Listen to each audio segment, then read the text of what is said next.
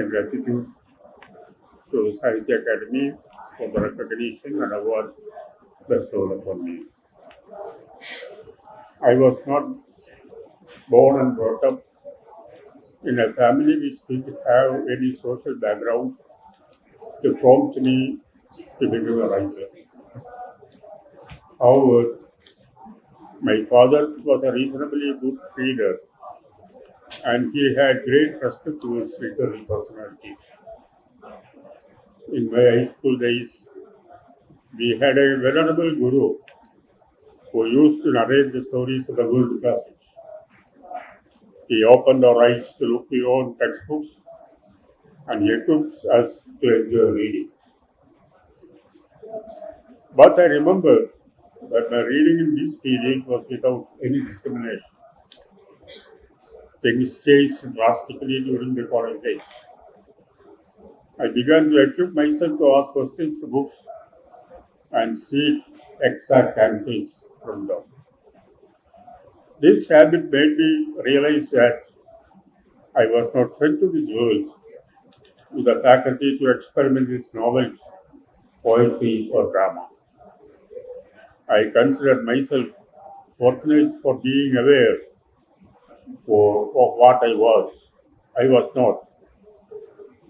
It is always good to have this awareness, who you are and who you are not. That was an era when we could see how criticism could change literary habits. And it was a period which rejected the misconceptions that criticism was not created.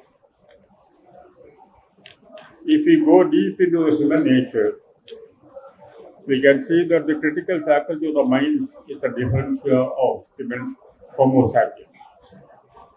The first cry of a newborn baby coming out of the processes of the mother's womb is his declaration that how hostile is the world in which he is destined to live. Attempts of an offspring to twins around the mother's body and clinging on to her dress is his affirmation that the umbilical cord is never broken. The primary function of language is the same affirmation.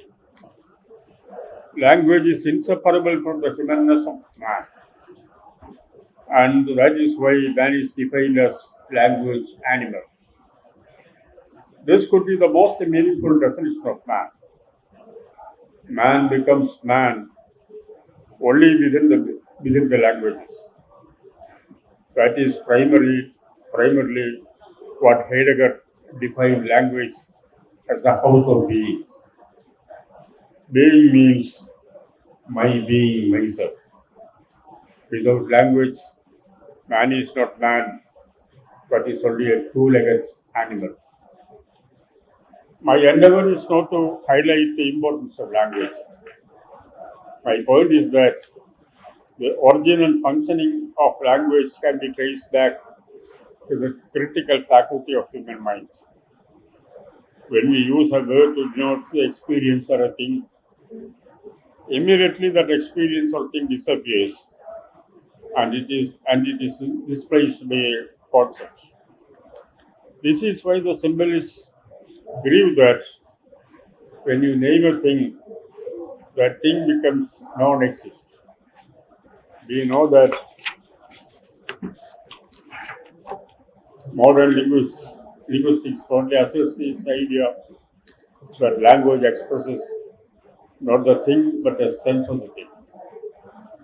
Even though other organisms also can communicate with sound and other signs, it cannot be called language. The faculty of language is solely reserved to man. These organisms cannot translate experience into concepts. Conceptualization is unique for man, and language is the tool man uses for this exercise.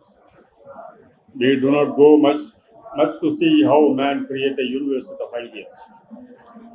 This is how man becomes the crown of creation. Man's uniqueness among the created worlds depends on the special gift of arranging everything in a cause and effects pattern. When the urge of ideation that is fundamental to the human mind is directed towards literary experience, literary criticism is born. Nothing more and nothing less also. Man, by being man himself, by nature, puts a big question mark why for each and every experience. How can we say literature should be spared from asking this question? When we say criticism is not at all necessary, we mean that we want so much less a human being. Are we not obliged to know at least so much?